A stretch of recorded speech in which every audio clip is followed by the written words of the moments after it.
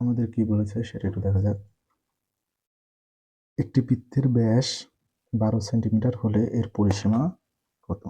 পরিসীমা আর পরিধি একই জিনিস। বৃত্তের ক্ষেত্রে হয় পরিধি, আর বাহু, যদি কোনো কিছুর বাহু থাকে তাদের ক্ষেত্রে হয় পরিসীমা। সো আমাদের ব্যাস বলেছে কত? 6 সেন্টিমিটার। তাহলে ব্যাসার্ধ কত হবে? আর ইজিক্যাল টু কত? ব্যাস বলেছে 12 সেন্টিমিটার, তাহলে ব্যাসার্ধ হবে কত?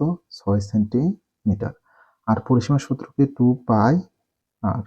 তাহলে এখানে যে আমরা 2 পাই আর এর মান কত? 6। তাহলে এটুকু হচ্ছে আমাদের কি? পরিসীমা। এটা ক্যালকুলেশন করলে আসবে 37.70। তাহলে অ্যান্সার কত? 37.70।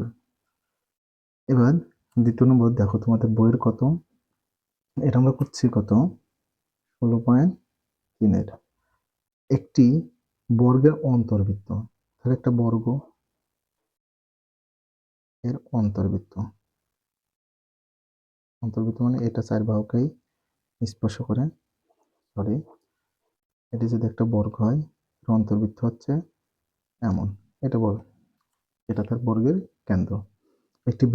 একটি বর্গের অন্তর্বৃত্তের ব্যাসার্ধ 6। ব্যাসার্ধ মানে এখান থেকে এটুকু দূরত্ব 6, তাহলে এখান থেকে এটুকু দূরত্ব কত হবে? এটুকু 6, এটুকু 6 হলে বর্গের বাহুর দৈর্ঘ্য কত? তাহলে বর্গের বাহুর দৈর্ঘ্য, এটাই একটা বাহুর দৈর্ঘ্য, তাহলে কত হচ্ছে? 12। যদি এটা আমরা সংক্ষেপে করতে চাই, এখানে বর্গের ব্যাস দেওয়া থাকবে, বাহুর দৈর্ঘ্য কত? তার দ্বিগুণ, অর্থাৎ কত? 12 সেন্টিমিটার।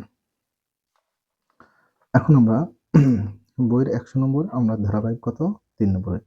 বৃত্তের পরিধি ও ব্যাসের অনুপাত। বৃত্তের পরিধি কত?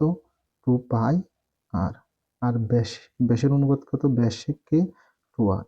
তাহলে এখান থেকে আর আর কাটা, 2 কাটা থাকলো কি? পাই ইস্টু কত? এখানে কিছু থাকে না বলে 1। তাহলে বৃত্তের পরিধি ও ব্যাসের অনুপাত কত? পাই/1।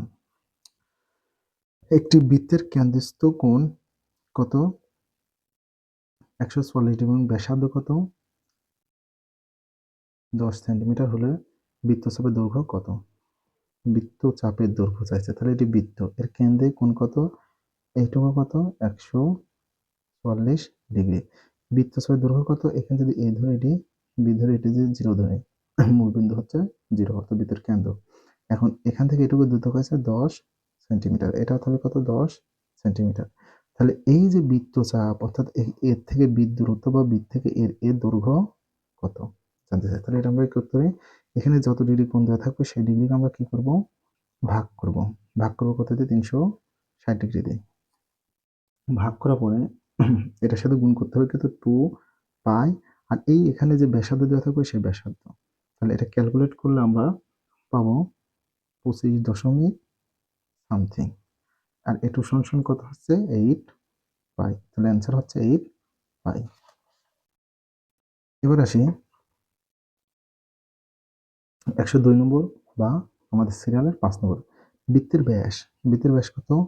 2 পাই এবং পরিধি কত? 2 পাই আর। এখানে কিন্তু ব্যাস আগে বলেছে তাই ব্যাস লিখেছি, পরিধি পরে বলেছে পরিধি।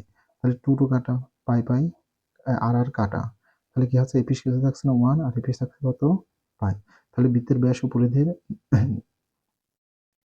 অনুপাত কত এখানে? অনুপাত কত? অনুপাত কত হচ্ছে? 1:পাই। একটি বৃত্তের ব্যাস কত? 12 সেন্টিমিটার হলে পরিসীমা কত? ব্যাস যদি 12 সেন্টিমিটার হয়, তাহলে ব্যাসার্ধ হচ্ছে কত? 6 সেন্টিমিটার। তাহলে আর হচ্ছে 6 সেন্টিমিটার। তাহলে পরিসীমা কত হচ্ছে? 2 পাই আর। এই আর এর মানটা আমাদের কত? 6। আর এর মানটা 6, যাকে ক্যালকুলেশন করলে আমরা আসি কত? যাকে ক্যালকুলেশন করলে আমাদের মান হবে কত? 37.70। তাহলে পরিসীমা হচ্ছে 37.70। এখন দেখো চিত্রের সিডি একটু আগে আমরা যে করছি সেটার মতন এই সিডি মানে এটুকু দৈর্ঘ্য চাইছে। এখানে কেন্দ্রের কোণ কত? 36। তাহলে 36 ভাগ করবো কত দিয়ে? 360 দিয়ে। এর সাথে গুণ করবো 2 পাই আর আর এর মান, এখানে দেখো আর এর মান কত দেওয়া আছে? 10। তাহলে এটুকু ক্যালকুলেশন করলে পরে আমরা কত পাবো? এটুকু ক্যালকুলেশন করলে আমরা পাবো 6. 6.2832। এই 6.2832 যদি অ্যান্সার দেওয়া থাকে ভালো, আর এটাকে যদি আমরা পাই দ্বারা ভাগ করি তাহলে কত হবে? এটা 2 পাই, 2 পাই, বা 2 পাইয়ের মান, পাইয়ের মানকে 2 দ্বারা গুণ করলেও এটাই আসে। তো আমাদের অ্যান্সার এটাও দেওয়া থাকতে পারে, আবার 2 পাইও দেওয়া থাকতে পারে। এখন দেখো প্রত্যেক বৃত্তের দৈর্ঘ্য ব্যাসের কত গুণ। এটা একটা বৃত্ত, এই বৃত্তের দৈর্ঘ্য মানে এখান থেকে এইটুকু বলেছে ব্যাসার্ধের কত গুণ, এইটুকুই তো ব্যাসার্ধ, আর দৈর্ঘ্য কত এইটুকু, তাহলে ব্যাসার্ধের কত গুণ, আর গুণই হবে। ঠিক আছে, ব্যাসার্ধের কত গুণ, আর গুণ। ঠিক আছে,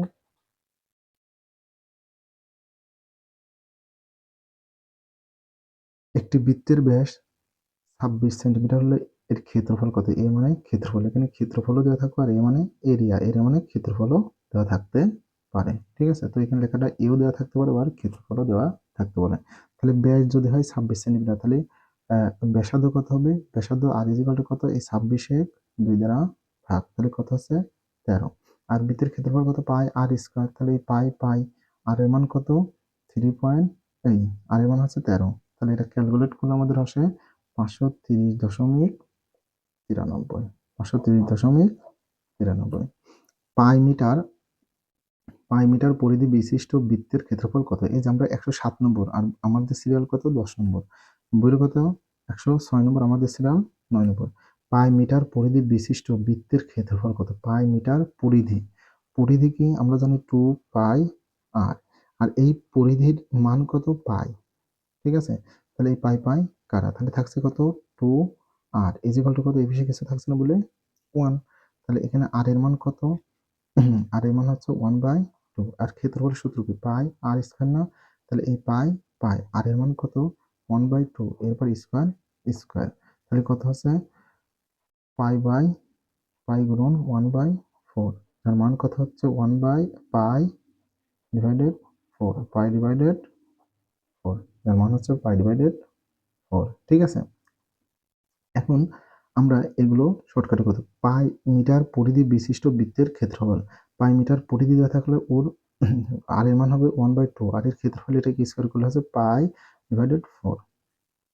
আশা করি আমরা এগুলো বুঝতে পারছি। নেক্সট আমরা আরো কিছু এমসিকিউ সমাধান করব। আল্লাহ হাফেজ।